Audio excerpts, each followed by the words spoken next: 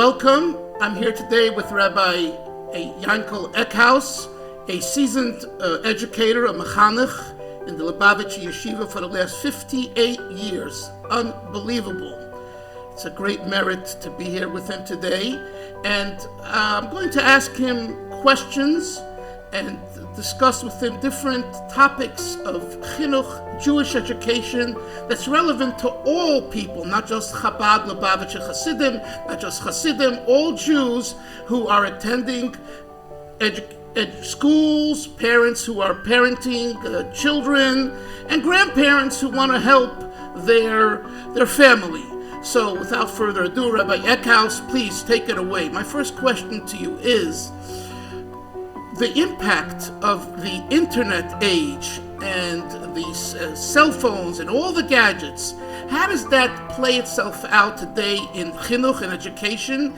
And is it something that we should embrace or something that we should reject? Now, I know that in various communities they have their approach to it, but I wanted to hear from you, please. I guess there can be certain advantages in using it. Again, as far as the Meisid goes or the Rebbes go. However, though, if it's monitored, it's supervised, it's watched, then obviously it's something that's good. Like I know that some Rebbes, they have a certain program where the kids can call in every night to the Rebbe and get the review of the day's learning or so.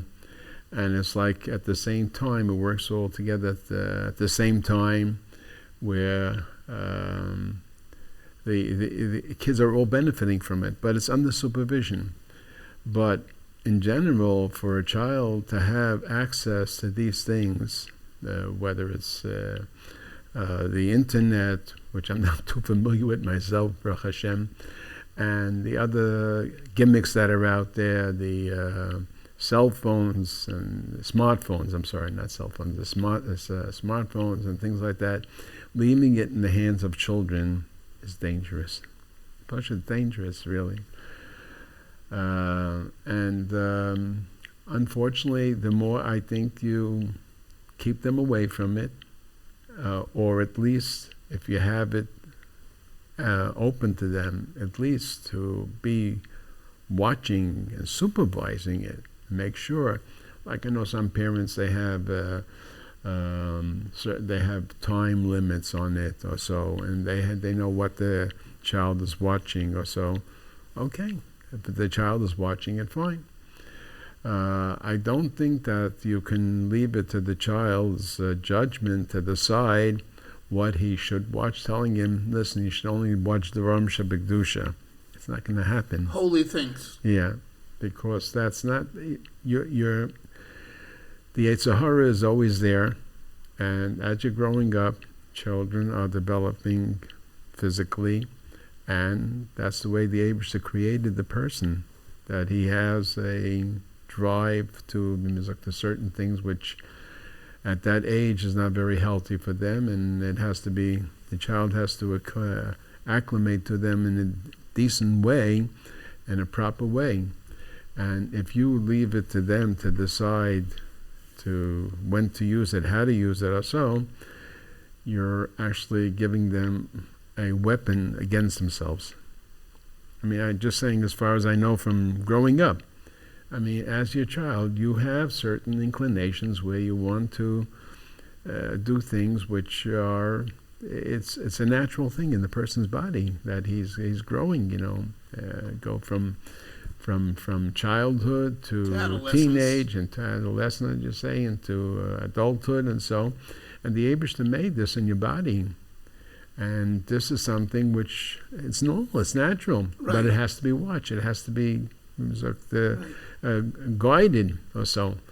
So it generally, to leave it in their hands, it should only be used in the case where it's going to be parental supervision, and then it could be used for good. The Rebbe held that you can take everything that's there and use it for good. Right. All right.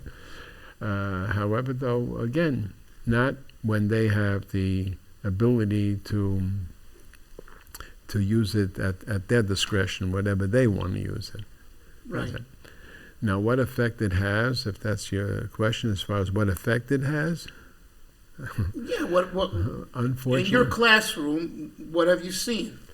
Okay, again, I can't tell from teaching the kids in class. I can only tell if a kid comes in and he's tired and he's not ready to learn or so.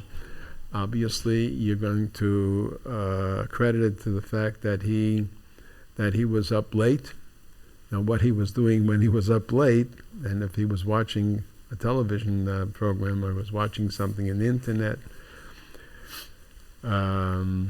obviously, he's not going to be learning that day. And not only is not going to be learning, I would say the union of seeing things, we have this problem. When I was a young kid, I was listening to the radio. Okay, the radio is not something that really sticks in your mind. It doesn't become embedded that much. Watching TV, watching television is something that it remains in your mind. You can be sitting in class and you are reviewing the program that you saw the night before. And obviously the kid is not going to be into learning. He's not going to be into learning at all. So the Riyah today is much more powerful than the Shmiya. I mean, it's always been more powerful, but it's Riyah seeing, Shmiya hearing. Ain't a daim Riyah l'Shmiya. And I can tell you from my own experience when I was a kid and I watched a program that was really suspenseful or so, it just kept on reappearing in my mind, I would say, not only for the next day, but for years later. And I wish I would never have watched it.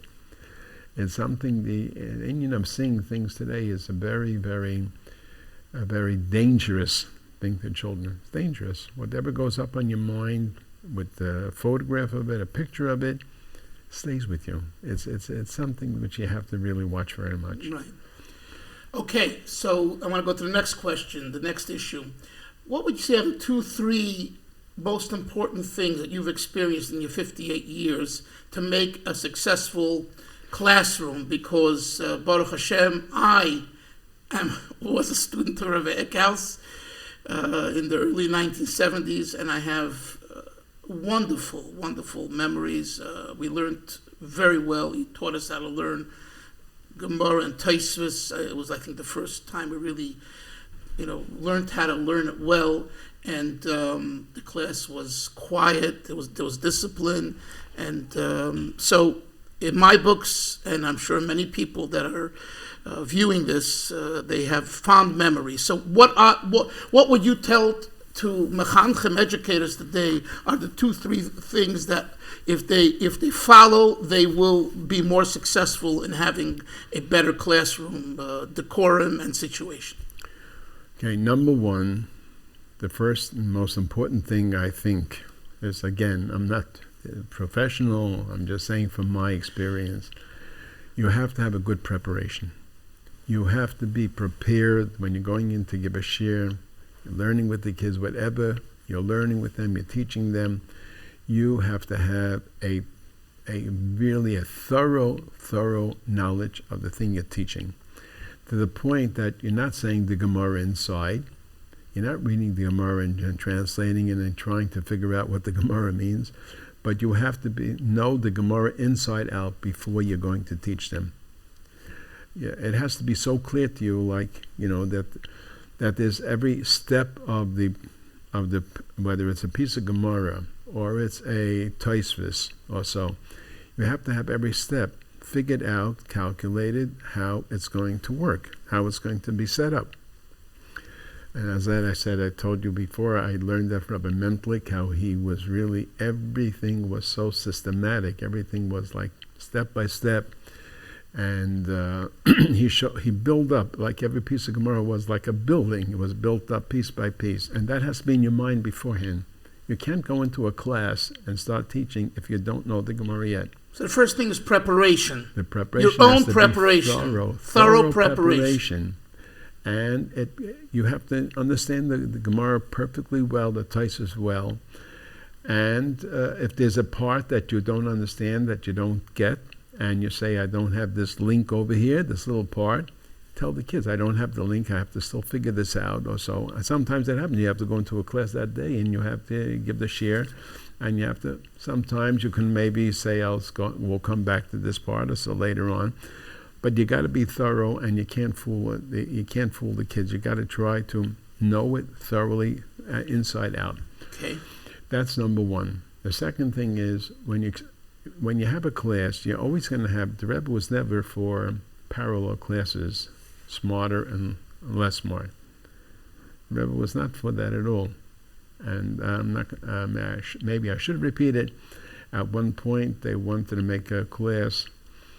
And I think it was Beis Rivka, if I'm not mistaken, where there was the smarter girls and there was weaker girls. And they proposed it to the Rebbe. And the Rebbe said, "Was wird sein mit Shidduchim?"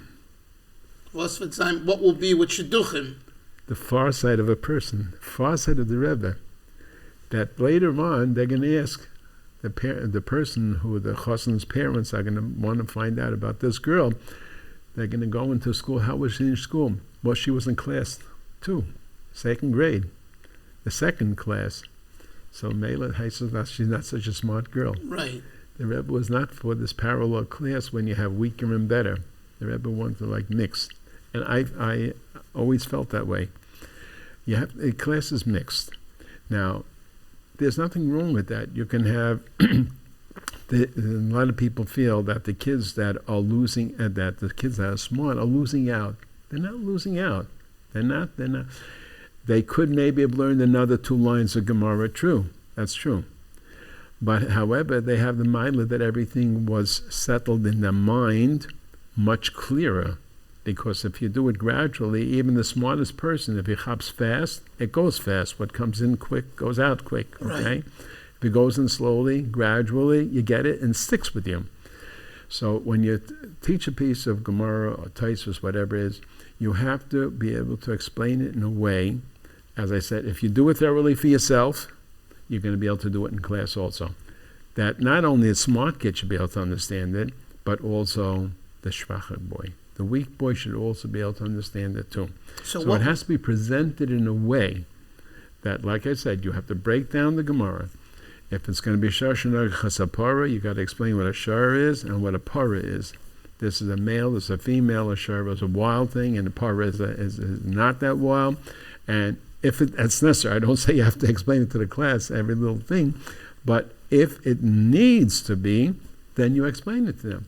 So you start off low and going up, and it's like explaining the thing piece by piece, that every child should be able to understand it. Even the shvach boy should be able to understand it. I'm not talking about a kid who really has a mental block or so. You can't always get everyone, but at least the average child should be able to grasp it. It should not be for top of the 70 and up. But what about the ones that are top? Do you believe that they'll be satisfied 100%. If you break it down so much they won't get bored? No. 100%. I've had it so many times. I had brilliant kids in class.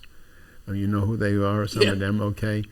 And I had kids that I asked them to please take the next grade because they can do it, and they said, no, they want to stay back. Because you made it interesting. Yeah, right. That's another part to it also. If you're going to break it down, it's going to be interesting, and there is a very important part about making the Gemara interesting. In other words, sometimes you have to go away from the thing, like I told you, would take Igula de Vela, Machreza Shaldogim, how the fishermen would take the fish and they would hang it up, string it on a metal thing. What did he do by that time? We were interested. We wanted to hear how the fishermen, if we're going to catch fish, how you put it up. Right. So right away, you brought in something else from the outside. You connected it, but it's interesting. The kid wants to hear. So, of course, you have to make it interesting, even if it costs a little bit of time or so. Don't worry about that extra little time that you're wasting on it. It's the main part. Is important that the kid, that he should be able to grasp it, and not tops of the class. It has to be for everyone. A third point? The third point is that I wanted to say is that you have to also make sure that the kids feel that they're free to ask, and encourage them to ask. If they don't understand it, ask and try, because you want to get to every kid. You want to get, and one of the important things is also, as far as getting to every kid, is testing. When you give a test to the kids, you test them and explain to them the test is not for the kids, it's for the Rebbe. When the Rebbe gets the papers back and he sees where the kid is lacking, and who's lacking, where they're lacking, you know where you got to correct yourself. So as one of the Rebbes once said, he says, I know it was Rabbi Talushkin or one of the Beichnen that used to come to Paris, said, Ich komm nicht verherren the Kinder, ich komm verherren the Malamed. I want to see how the Malamed is doing. He says, from the kids, I can see how the Malamed is. The Malamed can only see where he's faulty or where he's doing well only from giving a test to the kids, testing them, asking them, and finding out. Then he knows where he can improve in which part he's lacking in, which part he needs improvement or so.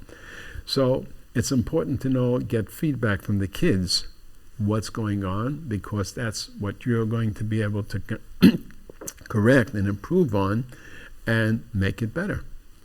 But you have to, your class is not Iluyim. Your class is everybody.